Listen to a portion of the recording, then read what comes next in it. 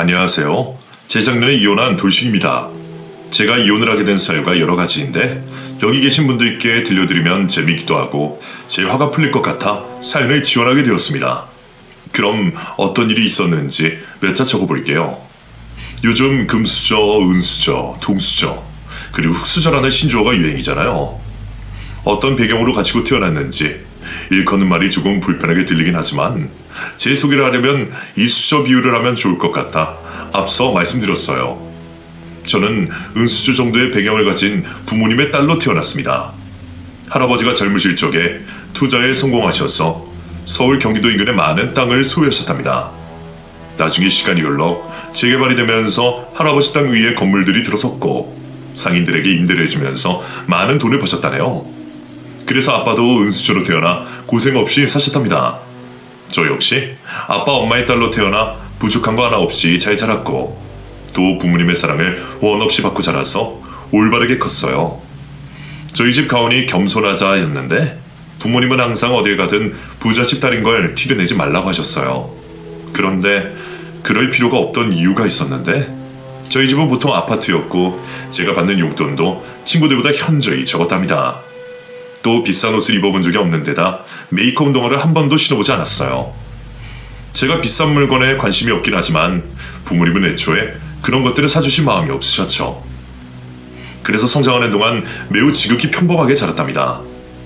성인이 되어서도 제 인생은 평범했어요. 괜찮은 대학을 나와 괜찮은 회사에 다니며 일상을 보냈죠. 그리고 연애도 남들 하는 만큼 했네요. 사랑과 이별을 반복해서 가슴앓이를 참 많이 한 것 같습니다. 그렇게 세월은 흘러 제 나이 30줄에 다다랐어요. 30이 되면 어떤 남자를 만날까 궁금했는데 아주 재미없게도 같은 회사 선배가 되었답니다. 저에게 사귀자고 했을 때 이게 왜 말도 안 되는 소리인가 싶어 거절을 했지만 저를 포기하지 않고 끝까지 고백하더라고요. 용기가 가상해서 데이트를 몇 번 했는데 글쎄 저도 언젠가부터 그 일을 좋아하고 있더라고요.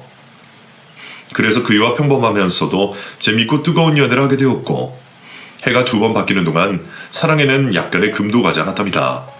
저희는 사랑의 깊이도 깊어졌고 때가 되기도 해서 결혼을 결심했어요.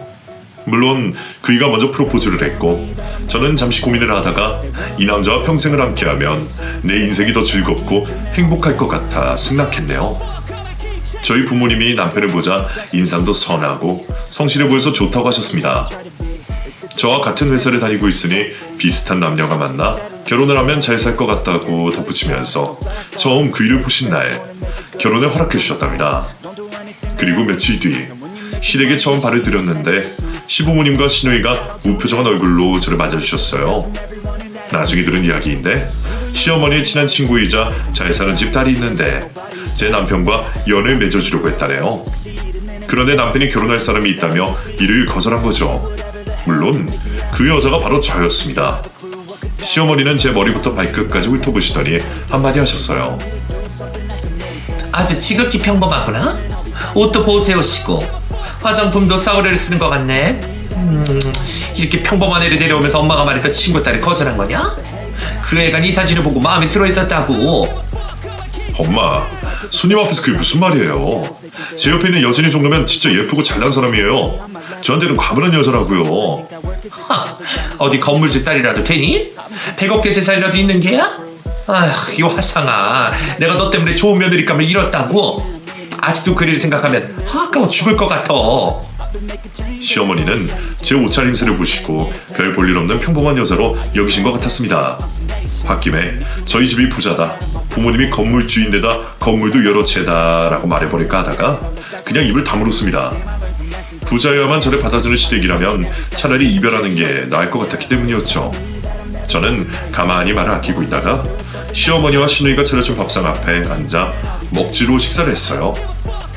그때부터는 시어머니가 다른 부잣집 딸내미 이야기를 하지 않더라고요. 오롯이 저에 대한 사람에 대해 이야기했습니다.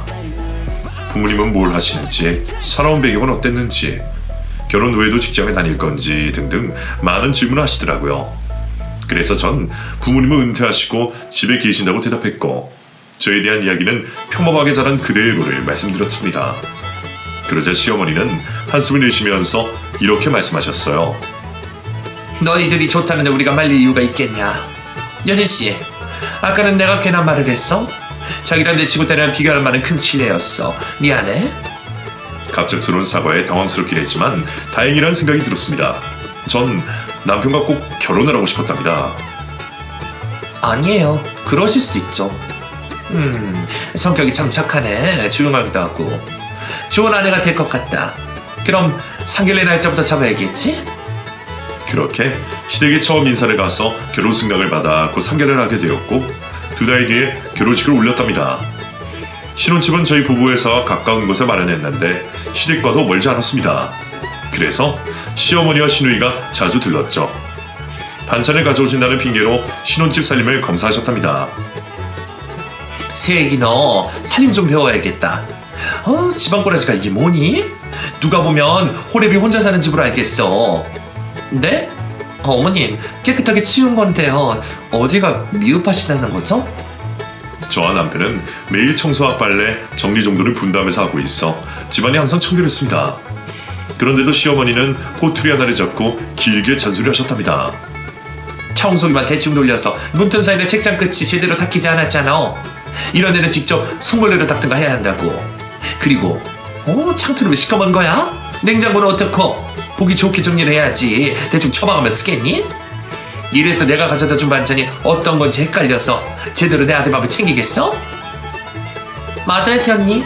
우리 집에 와서 살림해 놓은 거 보고 좀 배우세요. 이런 꼬라지로 살면 나중에 완전 개판이 된다니까요. 누가 보면 언니가 부잣집도 아니어서 아무것도 못하는 줄 알겠어요. 먼저 결혼한 선배들이 시댁은 멀면 멀수록 좋다는 말을 왜 그렇게 많이 하나 했는데 그제서야 깨달았습니다. 시댁과 가까운 곳에 신혼집을 잡은 게 큰 실수였답니다. 하여튼 시어머니와 시누이는 계속해서 신혼집을 찾아와 시비와 잔소리를 멈추지 않았는데 나중에는 선을 쓰이긴 없더라고요. 남편이 음식물 쓰레기와 분리수거를 하러 나갔는데 시모녀와 마주친 모양이에요. 이윽고 신혼집에 발을 들이자마자 시모녀의 폭풍 잔소리가 시작되었습니다. 예, 넌 더러운 건 쟤네 내 아들만 시켜먹느냐?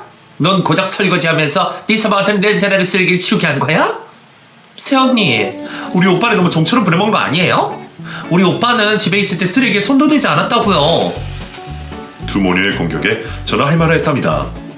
어머님, 아가씨, 쓰레기는 번갈아 가면서 버리고 있어요. 오늘이 남편이 하는 날이었고요. 그리고 저도 부모님과 살 때는 쓰레기에 손대지 않고 살았었어요. 그렇게 받아쳤더니 시어머니가 인상을 쓰며 고함을 치셨습니다. 아니, 이게 어른이 말하면 죄송하다 다음부터 그러지 않겠다 하면 될 것을 어디서 눈을 똑바로 뜨고 대들어? 너 부모가 그렇게 가르치던? 없는 집구석이어도 착한 줄 알고 며느리로 받았더니 싹수가 아주 노랗구만. 어머님, 말씀이 심하시네요. 여기 부모님 이야기가 왜 나와요? 그리고 무조건 잘못했다고 비는 건 옛날 신화에서 법한 이야기 아닌가요? 저 바르게 자랐고 싹수도 노랗지 않습니다. 말 좀 가려서 해주세요. 뭐 이딴 게 다 있어? 아주 상전 나셨네. 꼭 없는 것들이 자존심만 세서 난리지. 야, 너 성질머리부터 고쳐야겠다. 앞으로 매주 내 집에 와서 교육 좀 받아라. 저는 무슨 교육을 받느냐고 물으며 괜한데 시간을 허비하고 싶지 않다는 식으로 대답을 했어요. 근데 시모녀는 저에게 도덕과 윤리를 배워야 하는 건 물론이고 살림하는 법을 하나부터 10까지 배워야 한다고 말하더라고요. 이에 남편에게 시모녀 때문에 신경 쓰여서 못 살겠다고 짜증을 부렸더니 그이는 당분간만 맞춰주다가 발을 빼라고 하더군요. 시어머니 성격이 원래 세고 보수적이어서 자기도 이겨본 적이 없다고 덧붙였습니다. 그래서 억지로 참고 주말에 시댁에 갔더니 저에게 가르쳐주는 건 쥐뿔도 없었고 밥상 차려라, 청소 좀 해봐라, 어디 정리해라 하시며 일만 냅다 시키시더군요. 이런 게 무슨 도덕이고 윤리인지 하나도 이해가 되지 않았습니다. 시어머니 기준의 도덕은 시부모님 말씀을 하늘처럼 떠받드는 게 전부였나 봅니다. 제가 군소리하지 않고 네네 알겠습니다 라고 대답을 연신했더니 이제야 사람 무시라고 살겠다며 뿌듯해 하시더라고요. 정말이지 이해가 되지 않는 분들이었네요. 그래도 남편과 함께하는 신혼생활이 재미있어서 시댁 생각을 금세 내려놓을 수 있었습니다.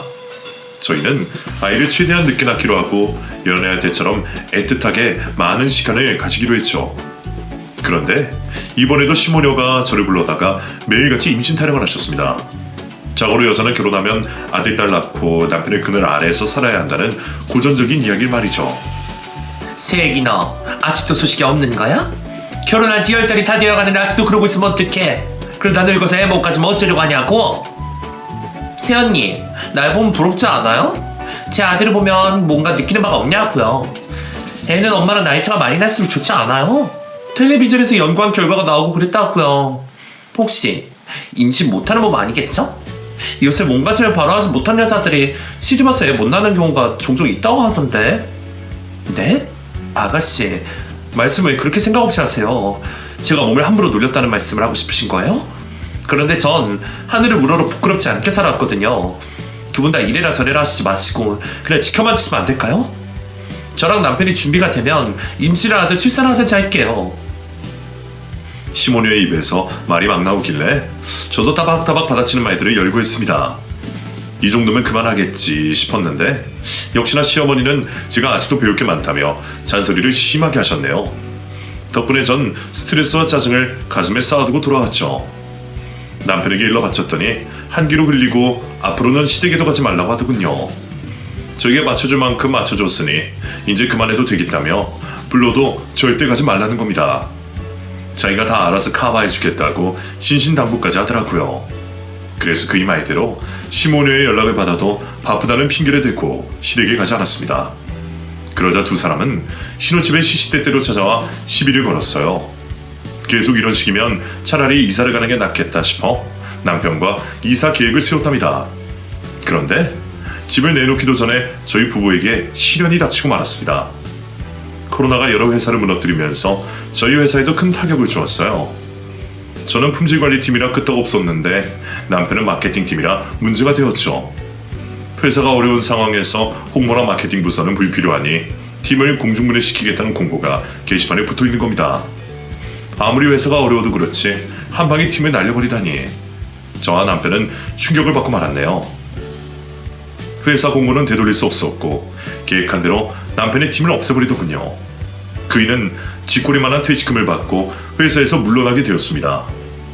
다시 취직을 하려고 용을 써봤지만 코로나 시대에 새로 직원을 구하는 회사는 거의 없었어요. 어쩌다 채용 공고가 나오면 수백 명의 사람이 몰리는 바람에 면접의 기회도 쉽게 오지 않았습니다. 그렇게 백수 생활을 두어 달 정도 한 남편은 집에서 살림을 하고 밤에는 혼자 술잔을 기울였어요. 부지런하고 성실한 사람이 하루아침에 일자리를 잃었으니 속이 많이 상했던 거죠.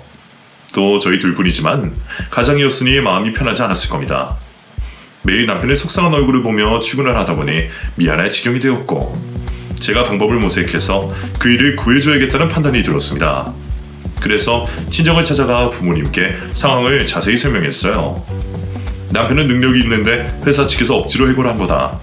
코로나 시대에 취업은 어려운 정도가 아니라 거의 불가능하다라며 남편에게 투자를 해달라고 부탁의 말씀을 드렸어요. 그러자 부모님은 며칠 생각을 하시더니 남편과 저를 친정으로 불렀고 그이에게 하고 싶은 일이 뭐냐고 물으셨습니다. 남편은 그게 무슨 말씀이냐고 의아한 눈빛으로 저희 식구를 번갈아 보았는데 제가 어쩔 수 없이 부모님이 재력이 있는 분들이라고 설명했습니다. 우리 부모님 건물을 몇 채나 가지고 계신 건물주셔. 당신 하나 건사하는 건 일도 아니라고. 그러니까 편하게 하고 싶은 일이 뭔지 말씀드려. 뭐야? 그 정도로 부유한 집안이었어? 근데 왜 이런 평범한 아파트에서 지내시는 거야? 그 물음에 부모님은 검소하고 부자임을 드러내놓고 사는 걸 싫어하신다고 재차 설명했습니다. 잠시 후 아빠가 남편에게 어떤 일을 하고 싶은지 다시 물었더니 그이가 핸드폰 가게를 하고 싶다고 하더군요. 마케팅 일을 하기 전 알바로 핸드폰 가게에서 일을 한 적이 있었는데 일도 쉽고 재밌고 돈도 잘 벌 수 있어서 그만한 장사가 또 없다고 하더라고요. 아빠는 남편의 말을 듣고 바로 통장을 하나 꺼내주었습니다. 핸드폰 가게를 시내에서 가장 크게 차릴 수 있을 만한 금액이 들어있었죠. 남편은 그 큰 액수를 보더니 너무 놀라 뒤로 자빠지고 말았고 곧 자리에서 벌떡 일어나 친정부모님한테 감사하다며 큰 소리를 울렸습니다. 그렇게 보름 뒤에 남편이 계약한 상가는 아빠의 건물이었어요. 인테리어와 대량의 핸드폰을 입수해서 영업을 시작하게 되었죠. 오픈날 시부모님과 시누이가 찾아왔는데 어떻게 가게를 마련한지 이미 알고 있어서 저에게 고맙다는 말을 연신하더군요. 우리 세기가 복덩이네. 근데 부잣집 다니면서 왜 비밀로 한 거야? 좀 서운하긴 한데 괜찮다. 겸손히 미덕이라는 말대로 살아왔으니 그리 한 거겠지. 여하튼 세아가 네 덕에 내 아들이 이렇게 의리의리하고 웅장한 가게를 얻었구나. 사돈께는 어떻게 감사 표시를 해야 할지 모르겠어. 감사 표시라뇨. 아빠가 사이한테 주는 선물이에요. 뭘 바라고 준 게 아니라고요. 앞으로 이 사람이 열심히 일하는 모습만 보이면 그걸로 충분할 겁니다. 괜히 저희 부모님을 찾아가 대접을 하거나 선물 같은 인사치레는 하지 말라고 했죠. 그리고 신우이 역시 태도가 완전히 달라졌더군요. 제가 평범하고 보잘것없을 때는 싫은 소리와 막말을 막 하더니 얌전한 고양이가 되어 입 바른 소리를 했답니다. 새언니는 정말 대단해요. 그 많은 재산을 가지고도 조용히 평범하게 사시다니. 언니는 이제 제 롤모델이에요. 앞으로 평생 존경하며 살겠습니다. 존경이요? 아가씨, 너무 그러지 마세요. 손발에 오그라든다고요. 아니에요. 저 진심으로 언니를 존경해요. 앞으로 충성하도록 할게요. 충성! 저에게 경례까지 하며 아부를 심하게 하더라고요. 그러나 이후 시모니의 태도가 달라지긴 했는데 부작용이 생겼습니다. 돈이 많은 걸 알고부터 저에게 뭔가를 요구하더라고요. 시아버지는 외제차 한 대만 사주면 안 되겠냐고 말씀하시고, 시어머니는 명품 가방과 구두, 그리고 피부과에서 보톡스와 필러를 맞춰달라고 요구했어요. 또 시누이는 자기가 받고 싶은 선물 말고도 자기 남편의 양복을 사달라고 낯두꺼운 소리를 하더군요. 이에 저는 비싼 건 못해드리고 피부과 진료와 짧은 제주도 여행 정도만 선물했습니다. 외제차는 저희 아빠도 타보지 않으셨는데 시아버지한테 해드릴 일은 절대 있어서는 안 됐죠. 대충 선물 한 번으로 때우고 넘어가려는데 시어머니가 매주 용돈을 달라고 노래를 불렀습니다. 세아가, 나 이번 주에 동창들 만나서 놀러 가는데 네가 좀 못해주면 안 되겠니? 다른 애들은 사이나 며느리가 여행 간다고 100만 원씩 줬다더라. 아니, 나도 며느리 잘돈 자랑 좀 하게 용돈 좀 주면 안 되겠냐? 어머님, 지난주에 50만 원 드렸잖아요. 그 돈을 벌써 다 쓰셨어요? 저도 그만큼 써본 적이 없는데 너무 많이 쓰시는 거 아니에요? 안 되겠어요. 앞으로는 그냥 한 달에 얼마씩 해서 용돈을 붙여드릴게요. 대신 그 이상으로 요구하시지 않기로 약속하세요. 시어머니는 표정이 잠시 일그러졌지만 돈줄이 막힐까봐 바로 밝은 표정을 짓더니 알겠다고 하시더라고요. 그래서 제가 땀 흘려 번 돈의 일부를 시어머니 용돈으로 쓰게 되었답니다. 그렇게 1년의 시간이 지나자 남편의 핸드폰 가게를 근처에 있는 동종업계를 박살낼 만큼 장사를 잘했습니다. 저희가 사는 지역에서 핸드폰 판매 1위라는 기록을 달성해서 아주 승승장구했죠. 시댁 식구들도 가끔 무리한 요구를 하긴 했지만 제가 연신 거절하니 귀찮게 하지 않더라고요. 그나마 받고 있는 용돈이 끊길까봐 노심초사하시는 모습을 자주 보았습니다. 그래서 저에게 함부로 말하거나 시자 노릇을 아예 하지 않으셨답니다. 예전처럼 꼬투리 잡고 시댁으로 불러 사람을 괴롭게 하는 일이 싹 다 사라졌어요. 그러던 어느 날 시댁에 갔더니 맨날 붙어있던 시누이가 보이지 않아 궁금해서 어딜 갔느냐고 물었습니다. 어머님, 아가씨 어디 가셨나봐요. 그러고 보니 요새 통 얼굴도 안 보이고 연락도 없는 것 같네요. 아, 네 시누이랑 시누이 아들은 미국에 갔잖아. 미국에요? 거긴 왜요? 내 손자 유학 보낸 거지. 넓은 곳에서 공부시킨다고 데려갔어? 아, 정말요? 아주머니 사업이 잘 되고 있나 봐요. 미국같이 유학을 보낸 거면 거의 초대박 아닌가요? 아니, 김정아 사업은 그저 그래. 네? 그럼 무슨 돈으로 미국 유학을 갔다는 거죠? 참 이상하네요. 그러자 시어머니가 중요한 편을 챙겨 무언가를 써서 저에게 건네주더군요. 어머님, 이게 뭐예요? 아가씨 계좌번호를 왜? 네가 매달 1,000만 원씩 보내라. 네 조카가 미국에서 공부한다는데 그 정도는 해줄 수 있지? 이거였습니다. 시어머니는 저에게 시누이와 조카의 유학비를 저에게 침입죄라는 말도 안 되는 억지를 부렸답니다. 네? 저더러 조카 유학비를 대라고요? 어머님, 이건 아니죠. 유학을 먼저 보내놓고 저한테 돈을 달라니. 먼저 이야기를 하시지도 않았잖아요. 그래서 지금 하지 않냐? 네가 와도 돈을 아끼느라 미리 말하면 싫다고 거절할 것 같아서 먼저 일을 저질렀다. 네가 싫다 하면 네 조카는 다시 한국으로 들어와야지.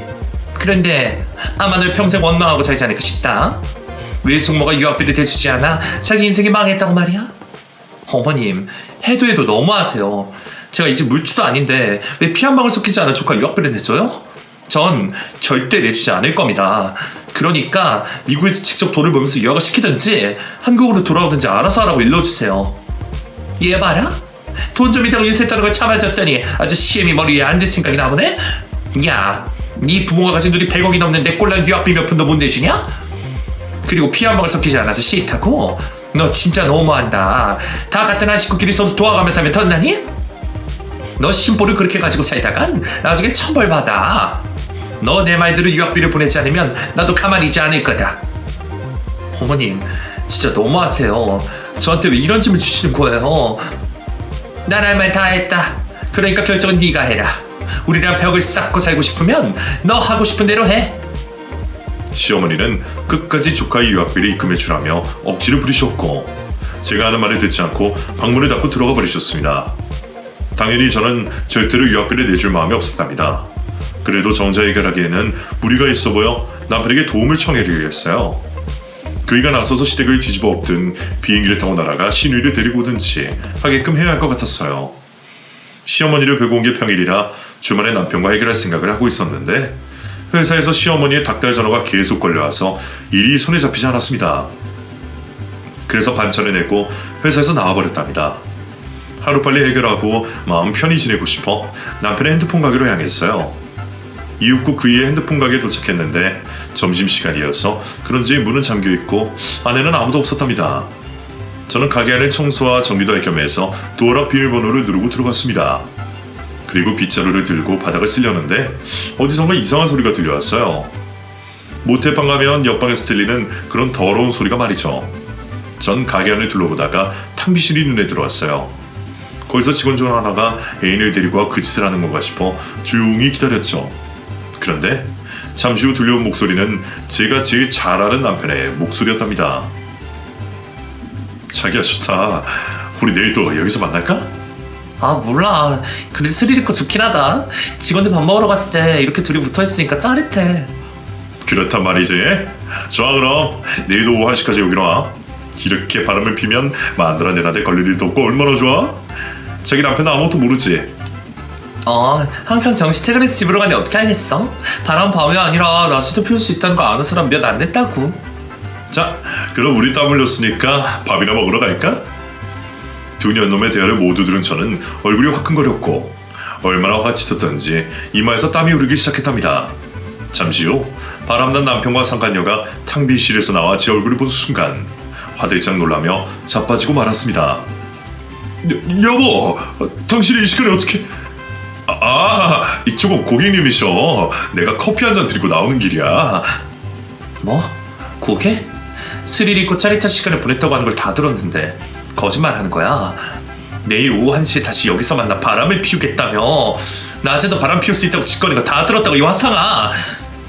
제가 소리를 꽥 지르자 상간녀는 고개를 파묻고 어쩔 줄 몰라 했고 남편은 저에게 두 손을 들고 흥분하지 말라고 말리더라고요. 여보, 다 설명할게. 그러니까 이 여자 말이지 꽃뱀이야. 나한테 돈이 많은 줄 알고 접근해. 꽃뱀. 여보, 남자는 다 같은 동물인 거 알지? 어쩔 수 없이 넘어가서 그런 거라고. 여보, 한 번만 봐줘라. 꽃뱀? 이 새끼가 끝까지 헛소리를 하네. 그리고 꽃뱀이랑 놀아난 건 바람이 아니니? 용서가 될 것 같아. 너 이 자식 오늘 내 손에 죽어봐라. 저는 남편의 가게 바닥을 쓰려고 든 빗자루로 남편의 머리와 얼굴, 몸통, 다리 구분하지 않고 빈틈이 보이는 데를 사정없이 두들겨 팼습니다. 퍽퍽 소리가 가게 안에서 메아리 치는데 제 속이 아주 조금은 후련하더라고요. 빗자루로 그 일을 계속해서 매질하다가 나중에는 바닥에 자빠졌을 때 주요 부위를 강하게 내리쳤습니다. 여보, 거긴 안 돼. 진짜 아프네 이거. 이 자식아, 관리를 제대로 못했으니 부숴버릴 수밖에. 손 치워. 아직 멀었어? 여보, 살려줘. 제발 한 번만 용서해줘. 귀를 복날 개패듯이 실컷 두들겨 패주고 나서 빗자루는 상간녀를 향했습니다. 이번엔 니년 차례다. 남편도 있고 자식도 있다는 년이 남의 남자로 돌아나? 뭐 여기서 그 짓을 하니까 스릴이 넘치고 짜릿해. 기나라, 너 오늘 짜릿한 게 뭔지 제대로 보여주면 넌 뒤졌어. 우악스럽게 소리 지르며 빗자루로 상간녀의 머리, 얼굴, 다리 할 것 없이 사정없이 펼쳤습니다. 얼마나 많이 때렸던지 핸드폰 가게 안에는 먼지가 둥둥 떠다니더라고요. 먼지나게 만 게 이런 거구나 하고 제대로 깨닫게 해주는 셈이었네요. 여하튼 저의 매질에 2년 넘은 개박살이 나서 곱게 나갈 수가 없었습니다. 제가 구급차를 불러 병원으로 보내게 되었죠. 남편은 구급차에 실려가면서까지 저에게 용서를 구걸하며 제발 처부모님께 비밀로 해달라고 애원했습니다. 저는 그 말을 듣고 허탈한 웃음을 지었답니다. 잠시 후 아무것도 모르고 있는 시어머니한테서 전화가 걸려왔어요. 이번에도 조카 유학비 문제로 연락했답니다. 새끼, 너 대답이 너무 길어지는 거 아니냐? 빨리 1,000만 원 보내. 너 하나 때문에 내 손주랑 딸내미가 가슴을 졸이고 있잖아. 적반하장도 유분수지. 진짜 개진상이 따로 없었고 도둑놈이 따로 없었죠. 전 벌써 어떻게 복수할지 머릿속으로 계산을 해둔 터라 젖장을 시작하기로 했습니다. 어머님, 많이 기다리셨죠? 안 그래도 오늘 안으로 입금해드릴 생각이었어요. 진짜냐? 진짜 그렇게 나왔어야지. 그럼 빨리 입금해라. 그리고 아까워하지 마. 같은 한 식구인데 베풀며 살아야 하는 게 인지상정이라고. 아, 그렇죠. 어머님 말씀 새겨드릴게요. 그럼 이따 꼭 입금할게요. 그렇게 전화를 끊어버리고는 바로 친정부모님을 찾아갔습니다.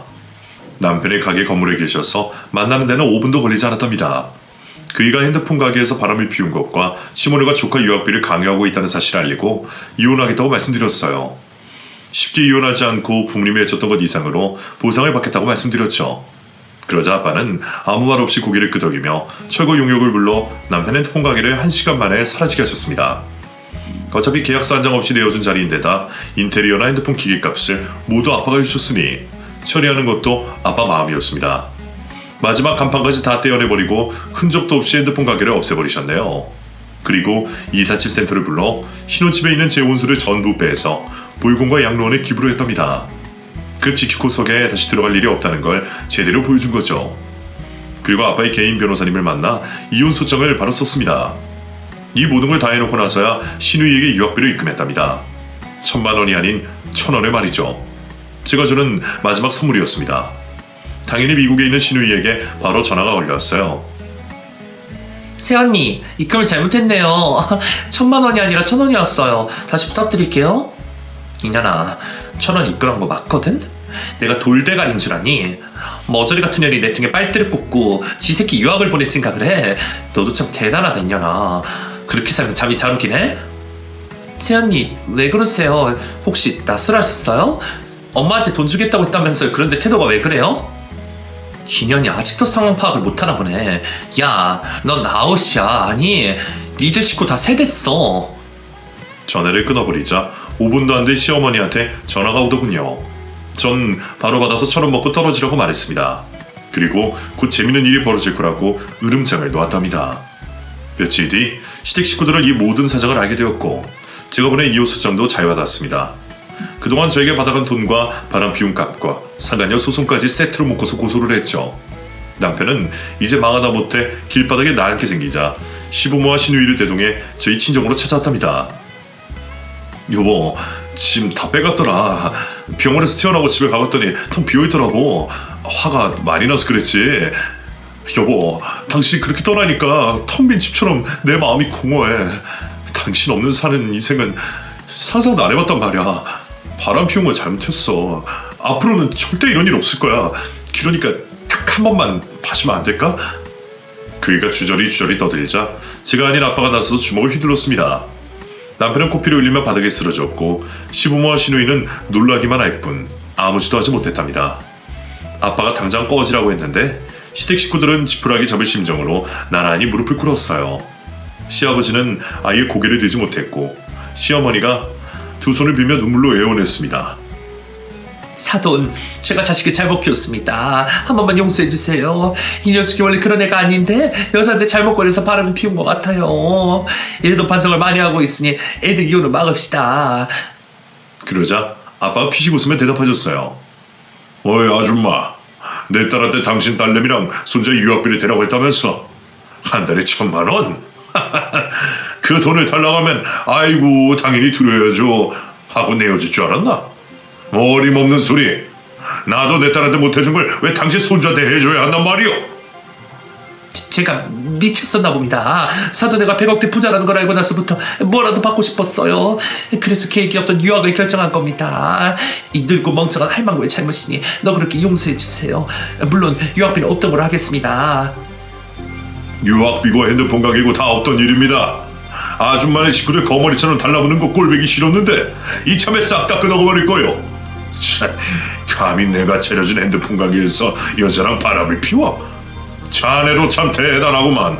간이 배 밖으로 나온 모양이지. 바람 피울 때는 좋았겠지. 그런데 이제부터 자네가 어떻게 망가지는지 몸소 체험해봐. 아마 사는 게 무서워졌어. 아침에 눈 뜨는 게 두려울 거야. 아빠의 경고에 남편은 개거품을 물며 살려달라 용서해달라 애걸복걸 하더군요. 하지만 저희는 남편과 시댁 식구를 용서할 마음이 하나도 없었습니다. 식구들은 끝까지 나가지 않고 버티고 있어서 뭔가 특별한 응징이 필요해 보였어요. 이에 저는 친척집에 뭐가 있나 두리번거리다가 곧 아빠의 야구방망이가 눈에 들어왔습니다. 저는 그걸 들고 남편에게 경고했습니다. 자, 이제 그만 꺼지시지. 이걸로 두들겨 맞기 전에. 여보, 차라리 때려. 나 몸으로 때워서라도 당신에게 용서받고 결혼생활을 유지할 거야. 나의 진심을 받아달라고. 맞겠다고? 좋아, 그럼 시작한다. 방망이랑 허공에 휘두르자 남편 놈이 바지에 오줌을 싸더군요. 노란 액체가 거실 바닥을 물들었답니다. 가지가지 한다. 내가 아무리 막 나가도 이걸로 널 때리겠니? 어이, 오줌 싸게. 네 식구들 데리고 여기서 당장 꺼져. 너 들을 말도 할 말도 없으니까 눈앞에 사라지라고. 여보, 나랑 이혼할 거면 핸드폰 가게는 남겨주면 안 될까? 앞으로 먹고 살 걱정에 대해서 쉽게 발이 안 떨어진다고. 장인어른, 다시 핸드폰 가게를 돌려주세요. 에? 아직 정신을 차리지 못한 남편을 본 아빠가 제 손에 있던 방망이를 빼앗아 들었습니다. 그리고 홈런을 칠 자세를 취하자 남편도 이번엔 방귀를 뽕뽕 키면서 똥을 치리더라고요. 냄새가 얼마나 고약하던지 저희 식구뿐만 아니라 시댁 식구들도 코를 틀어막았습니다. 그제야 더는 용서를 받을 수 없다는 걸 깨달은 시댁 식구들은 그 자리에서 일어나 똥오줌을 지린 남편을 질질 끌며 집에서 나갔습니다. 그런데 거실 바닥에 흘린 오물을 치워야 해서 제가 신우이를 불러 세웠습니다. 야, 넌 가지 말고 이거 다 닦고 가. 너도 고소당하기 싫으면 시킨 대로 하는 게 좋을 거야. 네? 저걸 저대로 치우라고요? 싫어? 너 나한테 돈 달라고 협박했지. 그리고 그동안 받아간 용돈도 적지 않지? 고수장에 네 이름도 또박또박 써서 보내줄까? 아니에요 언니. 저 내버려 두세요. 제가 다 치울 테니까 저를 봐주세요. 신우이는 비굴한 얼굴로 남편이 싸질러 놓은 분변을 깨끗하게 치웠습니다. 마지막에는 90도로 인사하고 가더군요. 자기는 절대 건드리지 말아달라 부탁하면서 말이죠. 그런데 제가 보내는 공격이 하도 세서 시댁이 처참하게 부서질 거라 알겠다고 대답해 주었습니다. 몇 주 뒤 법정에 서게 되었고 남편의 외도에 대한 대가와 저에게 지원받은 돈 그리고 시댁에 들어간 돈 모두를 청구한 대로 받게 되었습니다. 그 돈이 어마어마해서 아마 감당이 안 될 것 같았답니다. 또 상간녀에게 손해배상안의 위자료를 받고 그쪽도 이혼을 시켜버렸네요. 결국 남편은 빚더미에 앉게 되었고 그 빚을 시댁의 집을 담보로 대출을 받아 갚아주었다네요. 오갈 것 없게 된 식구들은 단란하게 원룸을 구해 지내게 되었답니다. 남편은 직업 없이 한심하게 살고 있고 시부모의 다달이 나오는 연금으로 입에 풀칠한다네요. 그리고 신우이도 이혼을 당했어요. 개념 없는 짓을 하도 많이 해서 이골이 났는지 아주머니가 유학사건에 5만 정이 떨어졌다며 소송으로 이혼을 했다네요. 그래서 아주머니가 자식을 부양하게 되었고 신우는 얼마 되지 않은 위조를 받고 시댁 식구들이 먼저 들어가 살고 있는 원룸으로 들어갔답니다. 내 식구가 아주 단란하고 다정하게 한 방에서 먹고 자면서 지내게 된 거죠. 그렇게 제가 든 목술가를 내려놓으려고 하는데 이혼한 남편놈이 제가 일하는 회사로 다시 찾아왔어요. 무슨 자신감인지 모르겠는데 재결합을 요구하더라고요. 여보, 나 진짜 많이 반성했어. 당신한테 못할 짓한 건 내가 잘 알아. 하지만 기회를 한 번만 줘. 당신이 날 받아주면 우리 집안과 인연이 끊고 살게. 당신에게만 충성하면서 개처럼 살겠다고. 그러니까 날 받아줘. 뭐래니 등신아. 내가 총 맞았니? 너 같은 짐승놈이라 재결합을 가게? 설마 내가 널 다시 받아줄 거라 믿고 여기로 온 거야? 자신감이 너무 넘치는 거 아닌가? 그리고 뭐? 시댁 식구들과 인연을 끊겠다고? 나도 개자식인 거 아는데 우리 식구들이 당신한테 진상치레해서 이혼한 마음을 한 거잖아. 여보, 제발 나한테만 기회를 줘. 우리 다시 시작하자. 아니면 당신도 바람을 한번 피우고 와. 그럼 쌤쌤이잖아. 이혼한 남편은 정말이지 구제불능한 쓰레기였습니다. 저는 손에 들고 있는 핸드폰을 남편에게 보여주었습니다. 지금만 말 다 녹음했어. 시댁을 버리고 나한테 오겠다는 말이 그대로 녹음됐지. 이걸 시댁 식구들한테 보내줄게. 어떻게 되는지 구경해보자고. 뭐? 당신 정말... 좋아. 그걸 보내는 대신 날 받아줘. 그럼 나도 상관없다고. 봐서. 근데 당신을 받아주려면 아빠한테 허락을 받아야 해. 잠깐, 시댁 식구들한테 전송했다? 남편은 다시 자신을 받아달라고 졸라댔습니다. 그 순간 아빠가 뒤에서 나타나셨어요. 사실 그 인간이 찾아오자마자 제가 문자를 보냈거든요. 아빠는 철거머리 같은 남편에게 방망이를 휘두르며 달려오셨습니다. 그러자 그이는 주랭랑을 치다가 몇 번이나 자빠졌고 이내 눈앞에서 사라졌답니다. 나중에 듣게 되었는데 시댁과 연을 끊고 저와 재결합을 하자던 남편이 원룸에서 쫓겨났다네요. 그래서 혼자 어디 고시원에 들어가 알바를 뛰면서 근근히 먹고 산다고 합니다. 이렇게 괘씸한 남편과 시댁 식구를 응징한 제 사연은 여기서 끝이 나네요.